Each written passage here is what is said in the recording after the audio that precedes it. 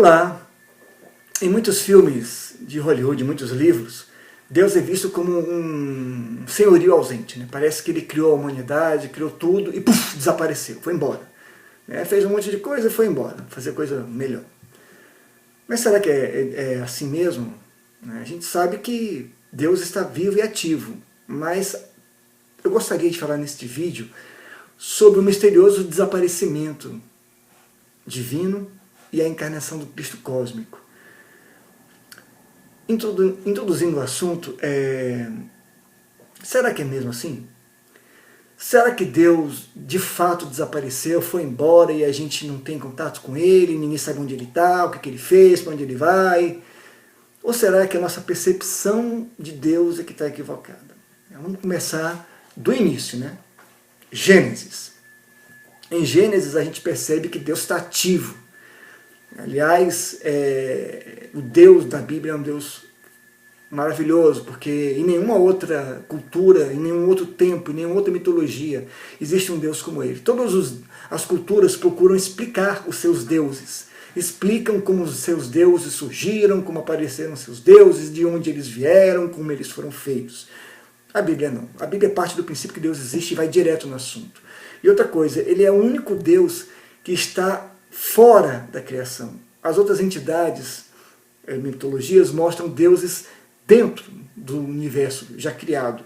O universo já estava lá e eles são criados, esses deuses aparecem.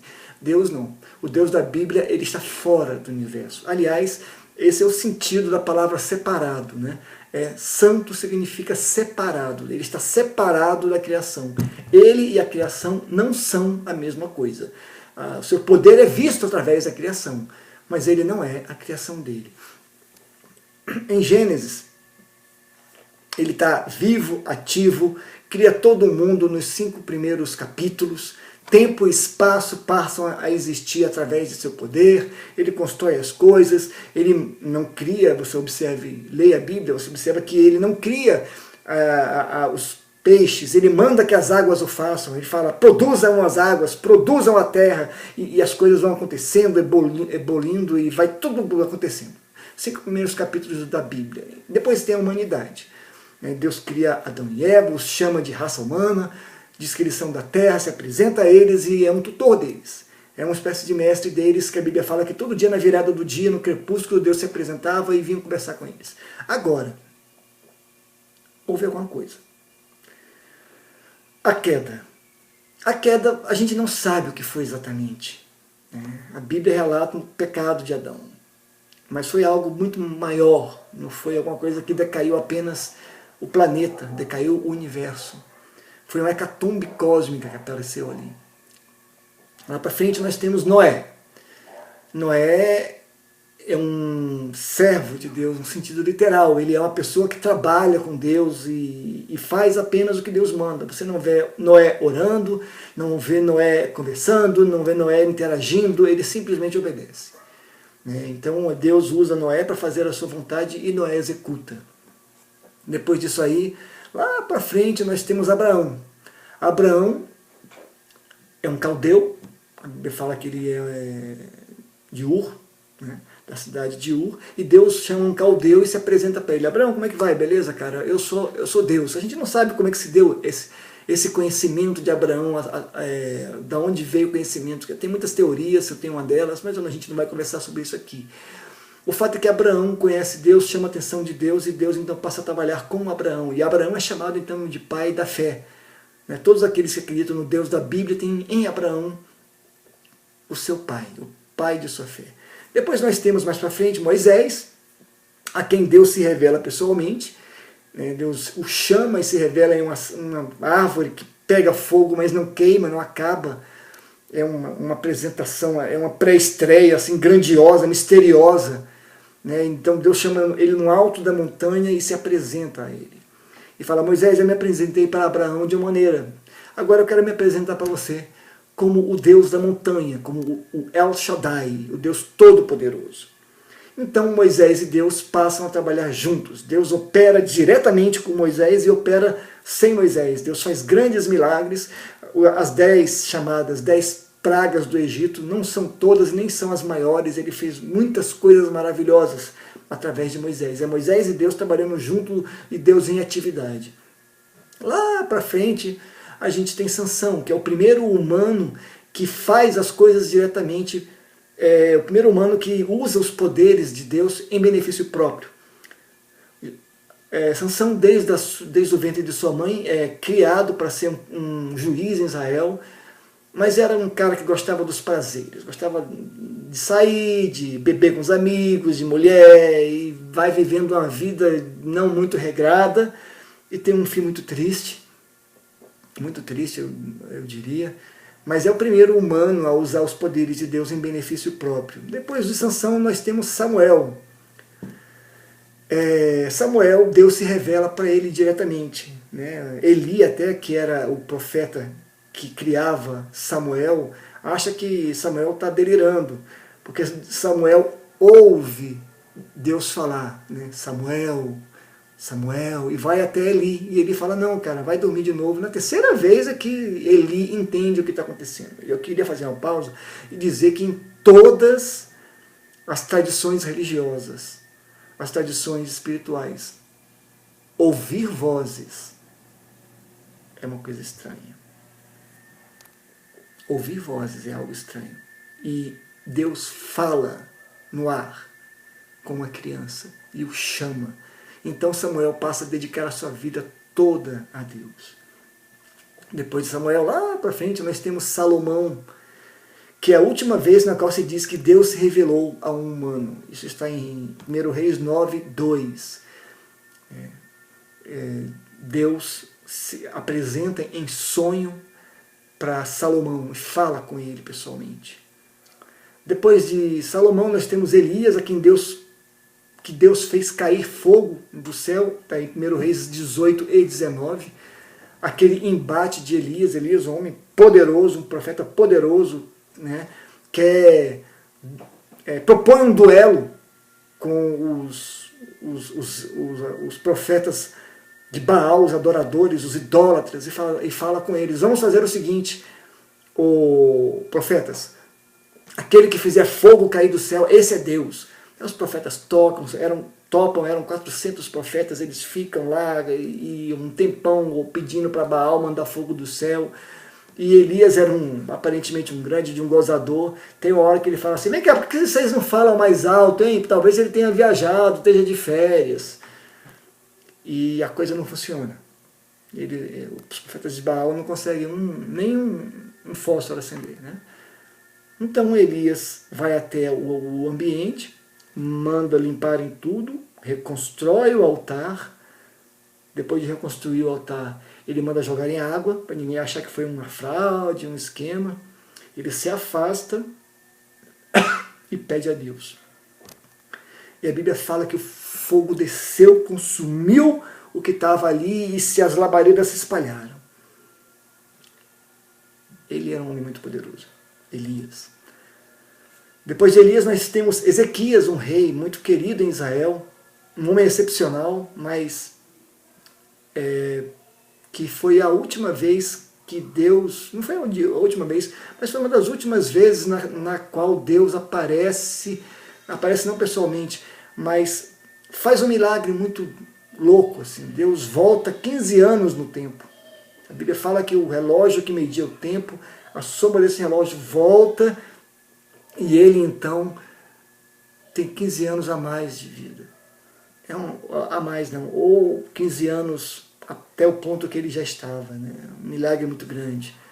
Depois de Ezequias, o rei Ezequias, nós temos Daniel, um homem excepcional, uma época complicada, milagres muito grandes são relatados no livro de Daniel, né? O milagre da cova dos leões, que ele não é consumido, não é comido, devorado vivo pelos leões.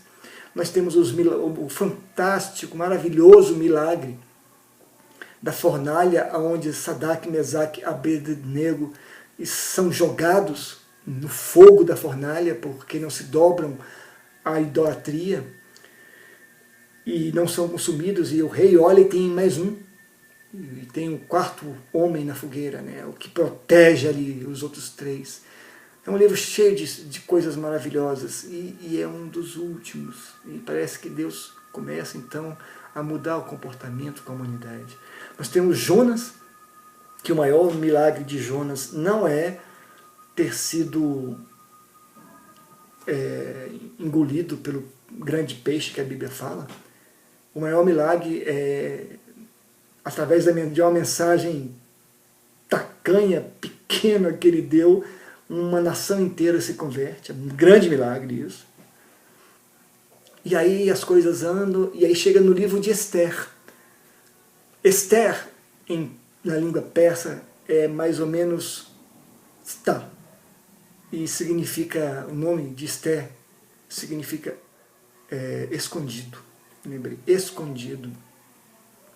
É onde Deus está. Ele está escondido no livro de Esther. Ele não é citado sequer. Ele não apenas não faz nada extraordinário diretamente, como ele nem é citado. Depois nós temos Malaquias. Entre Malaquias e Mateus nós temos 300 anos de silêncio. Para onde foi Deus? É um mistério muito grande. Ele começa lá em Gênesis fazendo todas as coisas, fazendo um monte de coisa, e vem, vai desaparecendo, vai sumindo. Aí entra em silêncio. Fica em silêncio no livro de Esther.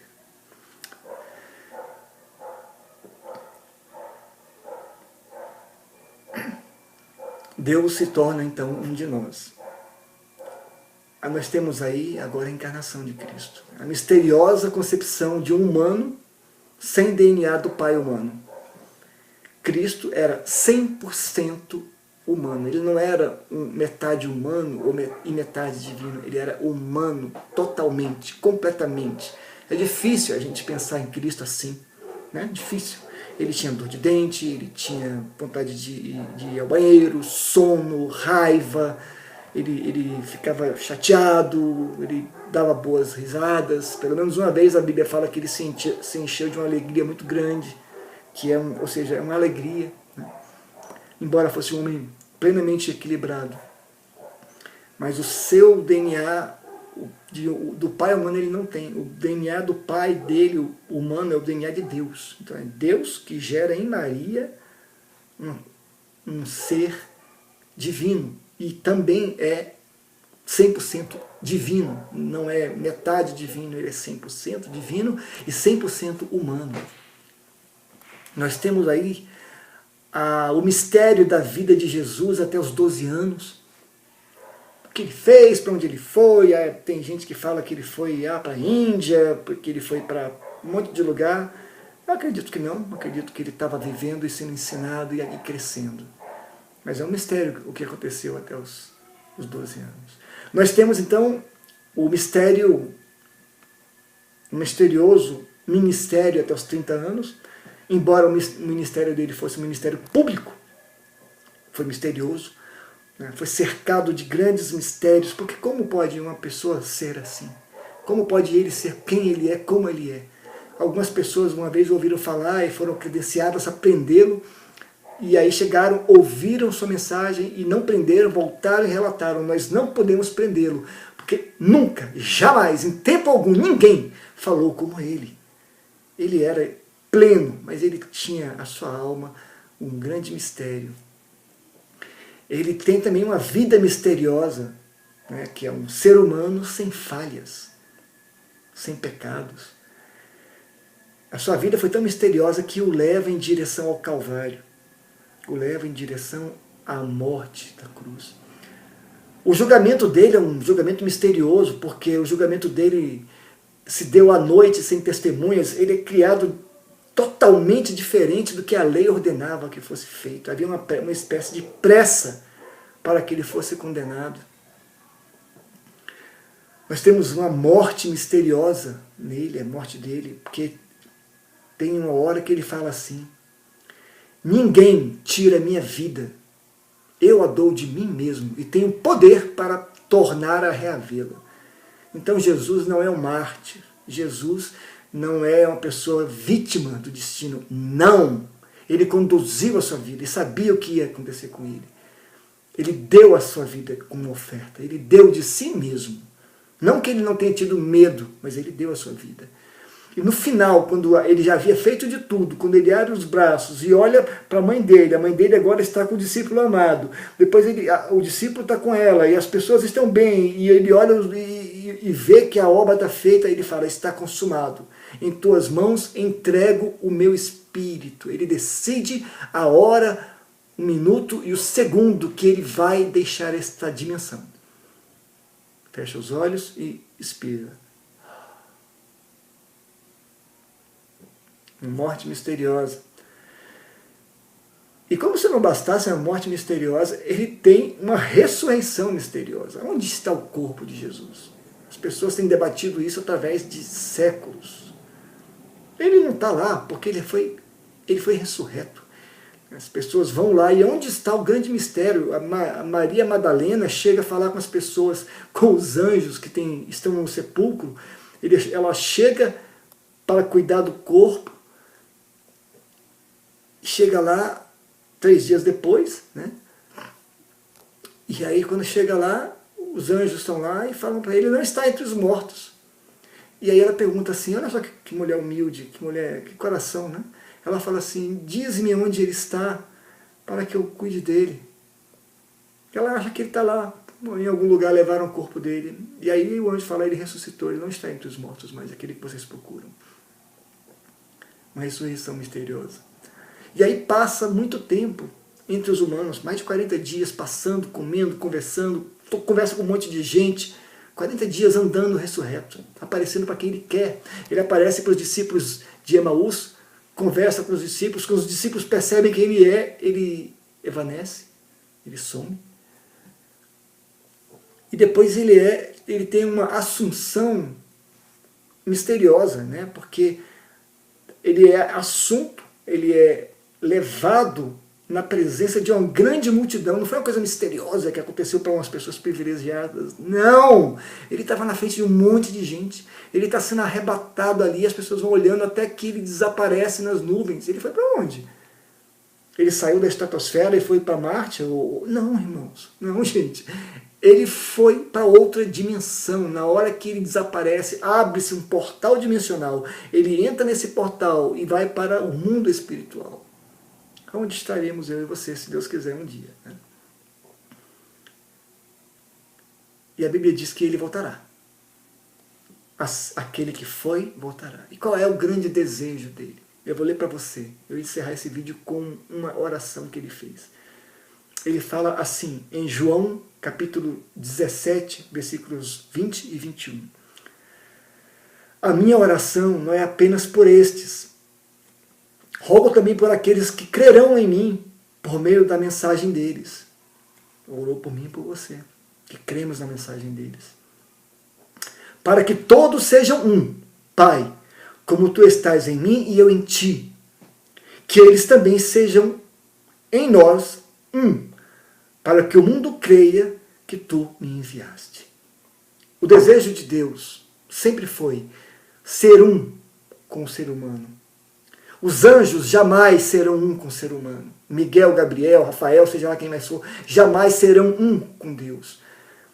Eu e você, se mantivermos os nossos olhos fixos em Cristo e resistirmos até o final, seremos um com Deus. Seremos um em Cristo com Deus. Sou o pastor Paulo Tide. Grande abraço. E a gente se vê pelo caminho.